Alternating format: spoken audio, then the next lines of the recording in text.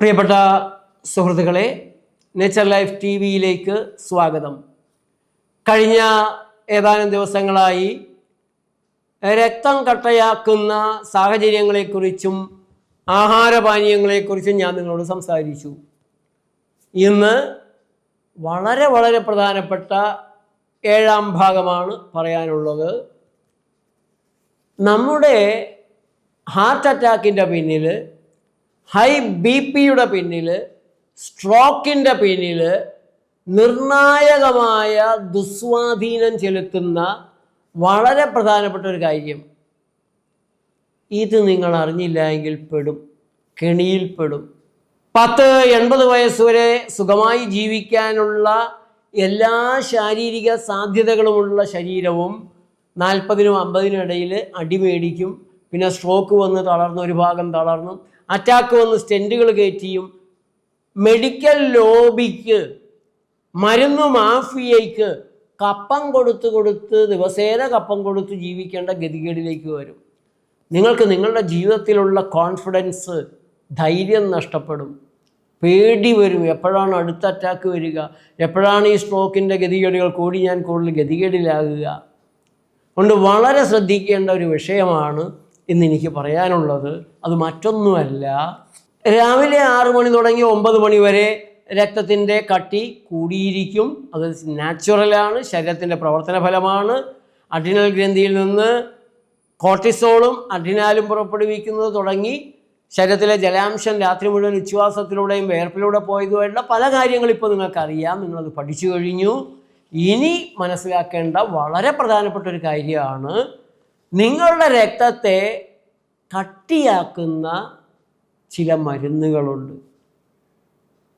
ഞാൻ പലപ്പോഴും പറഞ്ഞിട്ടുണ്ട്, നമ്മൾ ഇന്ന് അനുഭവിക്കുന്ന നല്ലൊരു ശതമാനം രോഗങ്ങൾ, നാട്ടിൽ കാണുന്ന രോഗങ്ങളുടെ പകുതിയിലധികമെന്ന് എനിക്ക് ഉറപ്പിച്ചു പറയാൻ സാധിക്കും. ആര് പഠനം നടത്തിയാലും തെളിയും. പകുതിയിലധികം തുടങ്ങി എൻ്റെ ഒരു കണക്ക് കൂട്ടലിൽ അത് 100% ഞാൻ നിരീക്ഷണ പഠനങ്ങളെല്ലാം നടത്തിയിട്ടുള്ള എൻ്റെ അനുഭവങ്ങളിൽ നിന്ന് ഇന്ന് നമ്മുടെ സമൂഹത്തിലുള്ള 80% രോഗങ്ങളും മരുന്നുകൾ ഉണ്ടാക്കുന്നവയാണ്. മരുന്ന് എന്ന് പറയുമ്പോൾ അക്കൂട്ടത്തിൽ സസ്യങ്ങൾക്കുള്ള മരുന്നുകൾ, മൃഗങ്ങൾക്കുള്ള മരുന്നുകൾ, കീടനാശിനികൾ, മൃഗങ്ങൾക്ക് കൊടുക്കുന്ന ആൻറ്റിബയോട്ടിക്കുകൾ അവിടെ ഇറച്ചി തിന്നുന്നവരുടെ ഉള്ളിലേക്ക് വരും. ഇങ്ങനെ എല്ലാം കൂടി ഉൾപ്പെടുത്തേണ്ടതുണ്ട് എന്ന് മാത്രമേ ഉള്ളൂ. അങ്ങനെ വരുമ്പോൾ ഇന്ന് നമ്മൾ അനുഭവിക്കുന്ന 80% രോഗങ്ങളും മരുന്നുകൾ ഉണ്ടാക്കുന്നവയാണ്. എന്നാൽ നേരിട്ട് മനുഷ്യരുടെ അടുത്ത് കഴിക്കുന്ന മരുന്നുകൾ ഉണ്ടാക്കുന്ന ബ്ലഡ് ക്ലോട്ടിനെ കുറിച്ചാണ് ഞാൻ ഇന്ന് പറയുക. മറ്റൊന്ന് നിങ്ങളുടെ മനസ്സിലിരിക്കട്ടെ, നിങ്ങളുടെ ചിന്തയിലിരിക്കട്ടെ, നിങ്ങളുടെ പഠനത്തിന് ഇടയാവട്ടെ. ഏതെല്ലാം മരുന്നുകളാണ് നിങ്ങളറിയാതെ നിങ്ങളുടെ ഉള്ളിലെ നിങ്ങളുടെ രക്തത്തെ കട്ടയാക്കുന്നത്? ഒന്ന്, ഹോർമോണൽ മെഡിക്കേഷൻസ് ആണ്. അതിലേറ്റവും ഭീകരൻ, ഏറ്റവും കൂടുതൽ കൊലപാതകം നടത്തുന്ന കൊലയാളി മരുന്ന് ഈസ്ട്രജൻ അടങ്ങിയ ബർത്ത് കൺട്രോൾ പില്ലുകളാണ്. ഈസ്ട്രജൻ അടങ്ങിയ ഗർഭനിരോധന ഗുളികകളാണ് ഏറ്റവും കൂടുതൽ രക്തം കട്ടയാകാനും അറ്റാക്കുകൾ ഉണ്ടാക്കാനും സ്ട്രോക്ക് ഉണ്ടാക്കാനും നിരവധിയായ മറ്റാരോഗ്യ പ്രയാസങ്ങൾ ഉണ്ടാക്കാനും ഇടയാക്കുന്നത്. അതേപോലെ തന്നെ ബർത്ത് കൺട്രോൾ പാച്ചുകളുണ്ട്, റിങ്ങുകളുണ്ട്.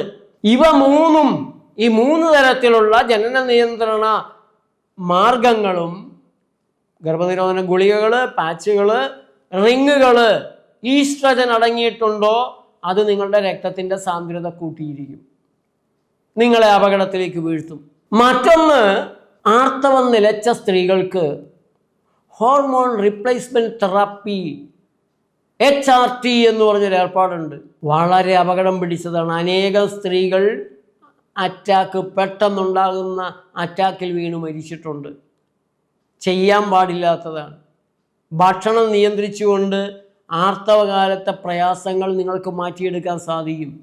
എത്രയോ സ്ത്രീകളാണ് നേച്ചർ ലൈഫിൽ വന്ന് 10-15 ദിവസം മാത്രം താമസിച്ച് ഈ ഹോട്ട് ഫ്ലാഷും സന്ധികളിലെ വേദനകളും മാനസികമായിട്ടുള്ള തകരാറുകളും ഡിപ്രഷനും ഒക്കെ മാറ്റിയെടുത്ത് പോകുന്നത്. വളരെ നിസ്സാരമായിട്ട് മാറുന്നൊരു കാര്യമാണ്.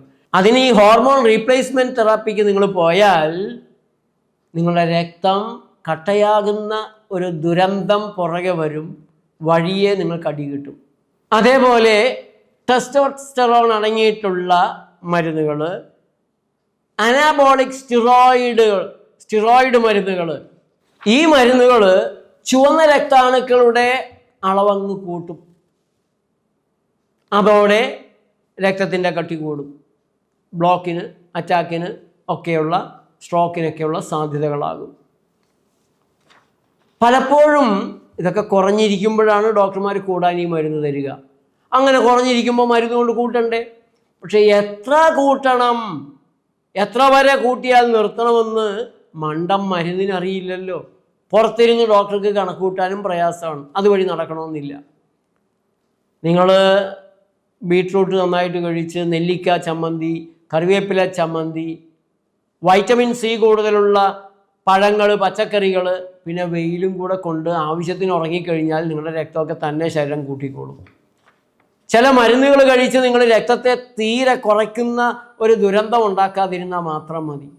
ക്യാൻസറിൻ്റെ ചികിത്സയ്ക്ക് ഉപയോഗിക്കുന്ന നല്ലൊരു ശതമാനം മരുന്നുകളും രക്തത്തെ കട്ടിയാക്കുന്നവയാണ്. കീമോതെറാപ്പി മരുന്നുകൾ, അതേപോലെ ഇമ്മ്യൂണോ മോഡുലേറ്ററി ട്രീറ്റ്മെൻറ്റുകളുണ്ട്. രോഗപ്രതിരോധ ശേഷിയെ നന്നാക്കി തരാനുള്ള, അതുമ കയറി കളിക്കരുത്, തൊടരുത്. അല്ലാതെ തന്നെ നമ്മുടെ ഇമ്മ്യൂണിറ്റി സെല്ലുകൾ എല്ലാം പ്രോട്ടീനിൻ്റെ കളികളാണ്. ആ സെല്ലുകൾ ചീത്ത പ്രോട്ടീനിൽ നിന്നാണെങ്കിൽ, ചീത്ത വൈറ്റമിനുകളിൽ നിന്നാണെങ്കിൽ, ചീത്ത മിനറലുകളിൽ നിന്നാണെങ്കിൽ, ചീത്ത കാർബോഹൈഡ്രേറ്റിൽ നിന്നാണെങ്കിൽ, ചീത്ത ഫാറ്റിൽ നിന്നാണ് ഉണ്ടായിട്ടുള്ളതെങ്കിൽ, നിങ്ങൾ ഈ ഇമ്മ്യൂണിറ്റി ഡിസോർഡേഴ്സ് എന്നൊക്കെ പറഞ്ഞ് കേൾക്കുമ്പോൾ നമ്മുടെ ശരീരത്തിലെ പ്രതിരോധ കോശങ്ങൾ നമ്മുടെ ശരീരത്തിലെ അവയവങ്ങളെ ശത്രുക്കളായി കരുതി അറ്റാക്ക് ചെയ്യുന്നു എന്നൊക്കെ കേട്ട് പരിഭ്രമിക്കണ്ട. വട്ടുപിടിച്ചു, നിങ്ങളുടെ ഇമ്മ്യൂൺ സിസ്റ്റത്തിനും വട്ടുപിടിച്ചു. കാരണം വട്ടുപിടിപ്പിക്കുന്ന തരത്തിലുള്ള ചീത്ത ഭക്ഷണ സാധനങ്ങളാണ്, ചിലതരം മരുന്നുകളാണ് നിങ്ങൾ ഉപയോഗിച്ചിട്ടുള്ളത്. അതേ തുടർന്ന് വരുന്നൊരു ദുരന്തമാണ്, അല്ലാണ്ട് വേറെ കുഴപ്പമൊന്നുമല്ല. അതിനെ നേരെയാക്കാൻ കുറേ കൂടെ മരുന്നല്ല പരിഹാരം, പ്രകൃതി രീതികൾ തന്നെയാണ് എന്ന് നിങ്ങൾ തിരിച്ചറിയണം. അപ്പോൾ ഇത്തരത്തിലുള്ള മരുന്നുകളും രക്തത്തിൻ്റെ കട്ടി കൂട്ടുന്നവയാണ്. താലിഡോമൈഡ് എന്ന് പറഞ്ഞ പാഷാണമുണ്ട്. അത് അമേരിക്കയിൽ അനേകം വികൃത രൂപികളായ കുട്ടികളെ ജനിപ്പിച്ച് കേസൊക്കെ വന്ന് അവസാനം മോർണിംഗ് സിക്നെസ്സിന് കൊടുത്തിരുന്ന ആ മരുന്ന് പിൻവലിച്ചതാണ്. ഇപ്പോൾ അവരത് ക്യാൻസറിന് നല്ലതാണ് എന്ന് പറഞ്ഞ് തിരിച്ചു കൊണ്ടുവന്നിട്ടുണ്ട്. ക്യാൻസർ രോഗിക്ക് എന്തും കൊടുക്കുക, എങ്ങനെയും ചികിത്സിക്കുക, എന്ത് സംഭവിച്ചാലും കുഴപ്പം പറയാൻ പറ്റില്ലല്ലോ. കോടികൾ പിഴിഞ്ഞെടുത്ത് ജീവച്ഛവമാക്കി കഴിയുമ്പോൾ പാലിയേറ്റീവിലേക്ക് തള്ളുക, അതാണ് ഇവിടെ നടന്നുകൊണ്ടിരിക്കുന്നത്. ആ മരുന്നുകൾ ബ്ലഡ് ക്യാൻസറുകളുടെ പേരിലൊക്കെ നൽകുന്നതാണ്. അത് ക്ലോട്ട് ഉണ്ടാക്കാനുള്ള സാധ്യത വളരെ കൂടുതൽ ഉണ്ടാക്കുന്നവയാണ്. കീമോതെറാപ്പി ഏജൻറ്റ്സ്, അതിൽ സൈറ്റോടോക്സിക് ഡ്രഗുകൾ ധാരാളം ഉണ്ട്. അതെല്ലാം ഈ കുഴപ്പമുണ്ടാക്കും. ഇമ്മ്യൂണോ മോഡുലേറ്റേഴ്സ്, ഇൻ്റർഫെറോൺസ്, സൈക്ലോസ്പോറിൻ, ഇതെല്ലാം രക്തം കട്ടയാക്കുന്നതിന് ഇടയാക്കുന്ന മരുന്നുകളാണ്. Steroids and blood building drugs, രക്തം കൂട്ടാനായിട്ട് മരുന്നൊക്കെ തരും. സുഹൃത്തുക്കളെ, ജൈവ ശരീരത്തിന് ജൈവ ഭക്ഷണം വേണം. ജൈവ വസ്തുക്കൾക്കാണ് ഈ ജൈവ സാധനത്തെ ഉണ്ടാക്കാനും അതിനെ നന്നാക്കാനും ഒക്കെ സാധിക്കുക. നിങ്ങൾ പറയുന്ന ഈ ടാർഗറ്റഡ് കെമിക്കലുകൾ ചെന്നിട്ട് മാജിക്ക് കാണിച്ചു തരും. ആ മാജിക്ക് കണ്ടിട്ട് കാര്യമില്ലല്ലോ. ആ മാജിക്ക് ഒരിക്കലും റിയാലിറ്റിയിലേക്ക് വരില്ല. റിയാലിറ്റിയിലേക്ക് വരുന്നത് കെമിക്കൽ ട്രീറ്റ്മെൻറ്റുകളല്ല, ബയോളജിക്കലായിട്ടുള്ള ട്രീറ്റ്മെൻറ്റുകളാണ്. അവിടെയാണ് പ്രകൃതി ചികിത്സ പ്രസക്തമാകുന്നത്, ശാസ്ത്രീയമാകുന്നത്. ശരീരം ബയോളജിക്കൽ സാധനമാണ്. അതിന് ബയോളജിക്കലായ സാധനം ഉപയോഗിക്കുക.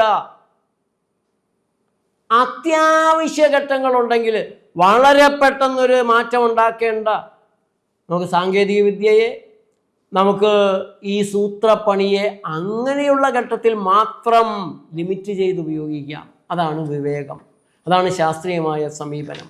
എരിത്രോപോയിസസ്, സ്റ്റിമുലേറ്റിംഗ് ഏജൻസ്, ESAs എന്ന് പറയും. ചുവന്ന രക്താണുക്കളുടെ ഉൽപ്പാദനം കൂട്ടാൻ വേണ്ടി നമുക്ക് തരുന്ന മരുന്നാണ്. പക്ഷേ ഈ മരുന്നുകൾ രക്തം കട്ടയാക്കുന്നതിൽ മുന്നിൽ നിൽക്കുന്ന വില്ലന്മാർ തന്നെയാണ്. അതുകൂടാതെ മറ്റ് പ്രോത്രോംബോട്ടിക് ഏജൻസ് ഉണ്ട്. വളരെ ജാഗ്രതയോടെ മോണിറ്റർ ചെയ്തില്ല എങ്കിൽ രക്തം കട്ടയായി പല ഭാഗങ്ങളിലും അപകടം ഉണ്ടാക്കാനിടയാകുന്നതാണ്. ഇങ്ങനെ നിരവധിയായ മരുന്നുകൾ കഴിക്കുന്ന ആളുകൾക്ക് രാവിലെ സ്വാഭാവികമായി രക്തം കട്ടയാകുന്ന ഒരു സമയത്ത് അറ്റാക്ക് വരാനുള്ള, സ്ട്രോക്ക് വരാനുള്ള, അത് കാലിലുണ്ടാകുന്ന ത്രോംബോസിസ് പ്രോബ്ലം ആവാം, ഇതെല്ലാറ്റിനുമുള്ള സാധ്യത വളരെ കൂടുതലാണ്. അതുകൊണ്ട് ജൈവ ശരീരത്തിന്, ബയോളജിക്കലായ ശരീരത്തിന് കഴിയുന്നതും നിങ്ങൾ ബയോളജിക്കലായ വസ്തുക്കൾ ഉപയോഗിക്കുന്ന, ആഹാരത്തെ തന്നെ വിവേകപൂർവ്വം ഉപയോഗിക്കുന്ന പ്രകൃതി രീതിയിലേക്ക് വരിക. ഇപ്പോൾ നിങ്ങളുടെ BP കൂടുതലാണെങ്കിൽ, രക്തം പമ്പ് ചെയ്യുന്നതിൽ ധമനികൾക്ക് അല്പം കട്ടി കൂടിയിട്ടുണ്ട്, പ്ലക്ക് പിടിച്ചിട്ടുണ്ടെങ്കിൽ നിങ്ങൾക്ക് അതിനെ കഴുകിക്കളയാൻ കഴിയുന്ന ആൽക്കലൈൻ ഭക്ഷണത്തിലേക്ക് വരാം. കുക്കുംബർ ജ്യൂസ്, വാഴപ്പിണ്ടി ജ്യൂസ്, അതുപോലെ തന്നെ ചെറുനാരങ്ങയുടെ എന്തെല്ലാം വഴികളുണ്ട്. കുറച്ച് ദിവസം അടുപ്പിച്ച് നമ്മുടെ ഡോക്ടർ സൗമ്യ എഴുതിയിട്ടുള്ള പ്രകൃതി പാചക പുസ്തകത്തിലെ ചമ്മന്തികൾ, മല്ലിയിലയും കറിവേപ്പിലയും ഇഞ്ചിയും പച്ചമുളകും നെല്ലിക്കയും അല്ലെങ്കിൽ മാങ്ങയും ഒക്കെ ചേർന്നുള്ള ചമ്മന്തികൾ തന്നെ ഇത്തിരി കൂടുതൽ കഴിച്ചാൽ, ഒരു നേരത്തെ ഭക്ഷണം പഴങ്ങളാക്കിയാൽ, ചെറിയ ചെറിയ മാറ്റങ്ങൾ മതി. നിങ്ങൾ ഈ കരുതുന്നത് പോലെ പ്രകൃതി ചികിത്സ എന്ന് പറഞ്ഞാൽ കഠിനമായി പട്ടിണി കിടക്കണം, വേവിക്കാത്തത് മാത്രം തിന്നണം, പുല്ലും വൈക്കോലും ആക്കണം പ്രധാന ഭക്ഷണം, അങ്ങനെയൊന്നുമല്ല. നിങ്ങൾക്ക് രുചികരമായ ഭക്ഷണം ആസ്വദിച്ച് കഴിക്കാം, പക്ഷേ വിവേകം വേണം. ശരീരത്തെ നശിപ്പിക്കുന്നത് ഇട്ടുകൊടുത്ത് ശരീരം നശിക്കുന്നതിന് ചികിത്സയ്ക്ക് പോയിട്ട് കാര്യമില്ല. വളരെ പ്രധാനപ്പെട്ട ഈ എപ്പിസോഡ് നിങ്ങൾ കഴിയുന്നത്ര സുഹൃത്തുക്കളോട് സംസാരിക്കണം, ഷെയർ ചെയ്യണം, കമൻറ്റുകൾ എഴുതണം, ലൈക്ക് ചെയ്യണം. നന്ദി, നമസ്കാരം.